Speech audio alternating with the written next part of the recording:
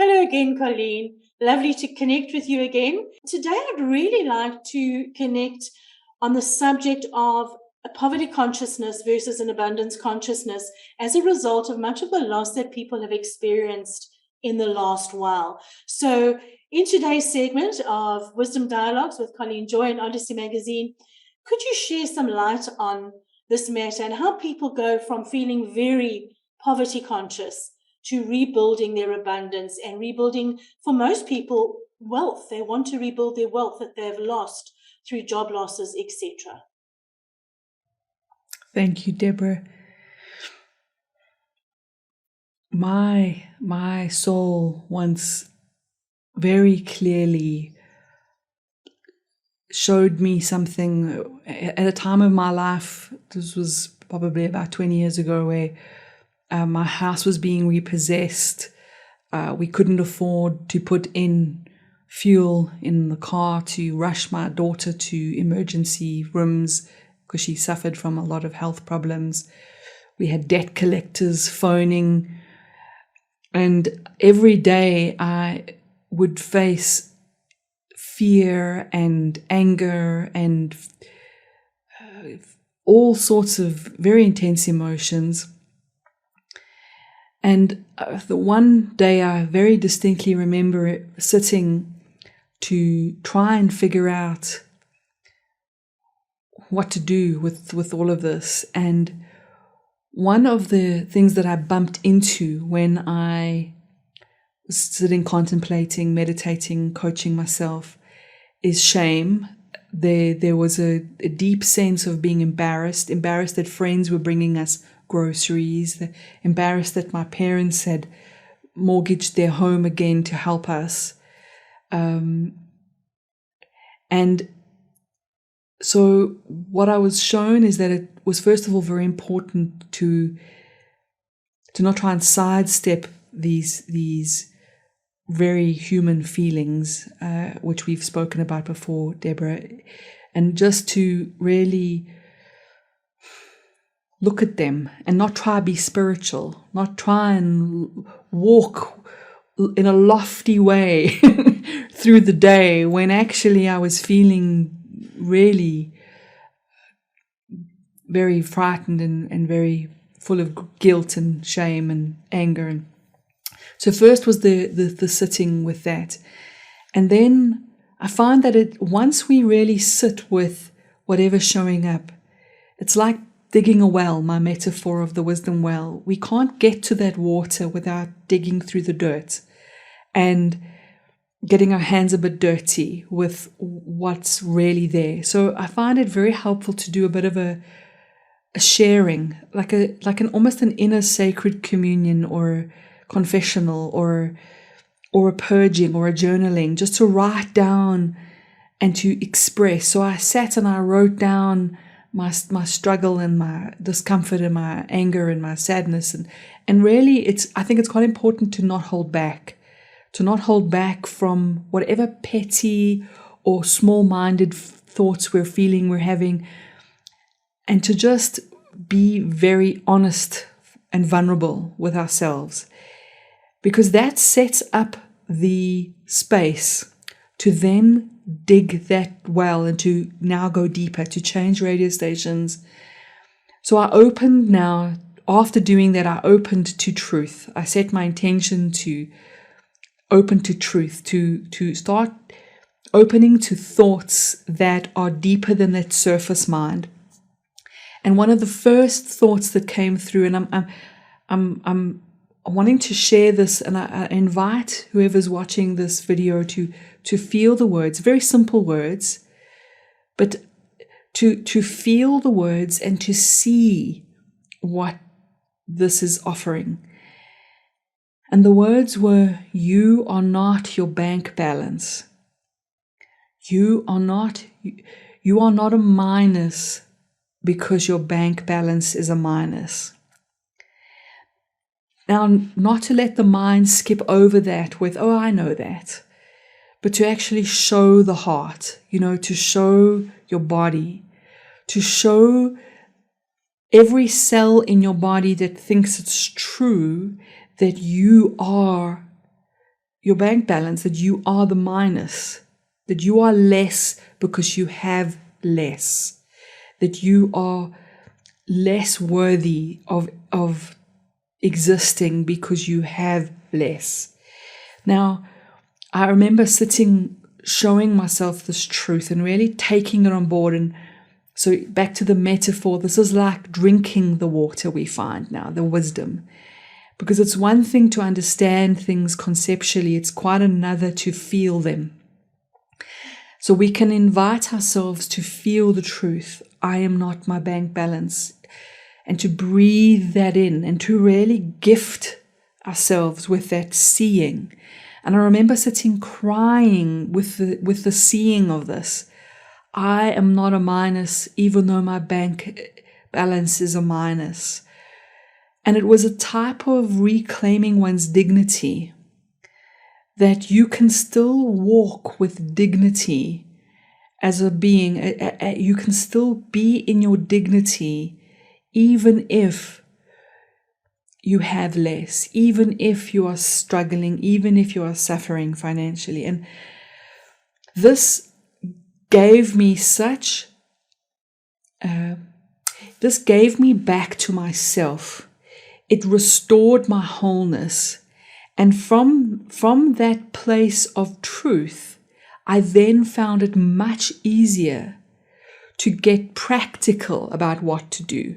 Because sometimes what happens is we try to solve a problem in a practical way without doing that first inner work, without shifting our seeing.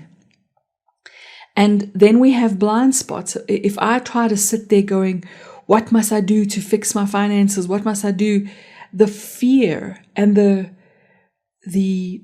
contraction blinds us, and it makes it very difficult to step up and to do what's necessary. And in fact, I think sometimes it even robs us of our capacity to improve our situation. So I think first is to really show the body the deeper truth. And there's another word that may be helpful here, and I don't use this word lightly. It's also something that I feel we need to discover in ourselves. The deepest part of us is untouchable. It's untouchable in the sense that it's like asking yourself, what is still true even though the worst has happened? What is still true even though if I lose my business, or if I lose my career, or if I lose my home? What is still true inside of me that this cannot take? That other people's opinions cannot take? I remember Dr. Wayne Dyer once said, to be free of the good and ill opinion of others was true freedom. And I love that he included the good and ill opinion. So it's about tapping into the true dignity in us, the sovereignty of the soul, that's not plus, that's not superior, and neither is it inferior, that is equal to. Even if I lost my business, even if I have lost my business, even if I've lost my career, even if I've lost my money, even if I've lost all of that. And as tough as it is to look at that, is what is still true in me that cannot be taken from me. And each of us needs to find what that is for ourselves. For me, it would be, I can still see beauty if I choose to. And I show my cells that belongs to me, that no one can touch that nothing can touch that. Then I look and I realize love is still mine. If I choose to experience love, no one can take that from me. I can forget, because the fear can contract us that we forget this. And then we remind ourselves, actually, I can still love. Actually, my creativity is still mine. Actually, my capacity to feel joy is still mine if I choose. And then when we've done that, we've empowered ourselves again. We've reclaimed the truth. Now we can look, I find, much more clearly. And from that position of strength and wholeness, money for me became practical, not personal. Like firewood is not personal. If I have no firewood, it doesn't mean I'm less. It means I have no firewood, I'm going to be cold. Then it's practical. And the practical is, how do I get me some firewood? And then I find my relationship with money changed quite radically, Deborah. It became this is firewood. This is rain for my apple tree. This is not something that defines me. And from there, it's honestly becomes just a practical thing. And one tip I can give as an entrepreneur, as a businesswoman, I was actually speaking to someone the other day, a young girl she's 23 and she hasn't been able to find work at all. And she's feeling despondent, and I said to her, what is work? And she said to me, it's how you get money. I said, let's try something different. Instead of thinking, I need to make money, I said, what happens in your body when you keep saying that? I need to make money. She said, it feels horrible. I said, yes. Now, it actually feels terrible because it's not true. The words aren't true. The deeper truth is that we can't make money. Okay, and my joke is that that's illegal. You're not allowed to print money. Okay, so my little sense of humor. But the deepest truth is we can create ways to earn money. I choose to create ways to earn money. And to help her with this, I said to her, why do people pay others? She says, because they work. And I said, so again, what is work? And she had a blind spot. And I said to her, why not think of it this way? Try this out and see what happens. Everything in nature is solving problems and serving. Everything is serving and solving problems. If you go looking for how can I serve, how can I solve people's problems, and instead of how can I make money, you go look for how can I serve, how can I solve problems, you will find dozens of problems. You will find hundreds of ways to serve, and you turn that into an exchange. Now, something I didn't have to tell her, because she's quite a grounded person, I had to tell myself years ago, is that there's no such thing as spiritual work. I used to have a spiritual arrogance that said because I'm doing spiritual work, that somehow the waves must part and money must find its way to me. And my soul once showed me, it was quite a bitter, tough love moment, that the accountant down the road that had a billboard on his front lawn saying, accounting services, I felt superior to him because I used to judge that billboard and I used to think, that's so unspiritual, And then I was struggling financially and my soul was like, baking bread is as spiritual as teaching meditation and teaching spiritual things. And I had to show myself the truth. So a lot of spiritual folks don't want to do what they think of as mundane work, and they feel like they're betraying their spiritual path.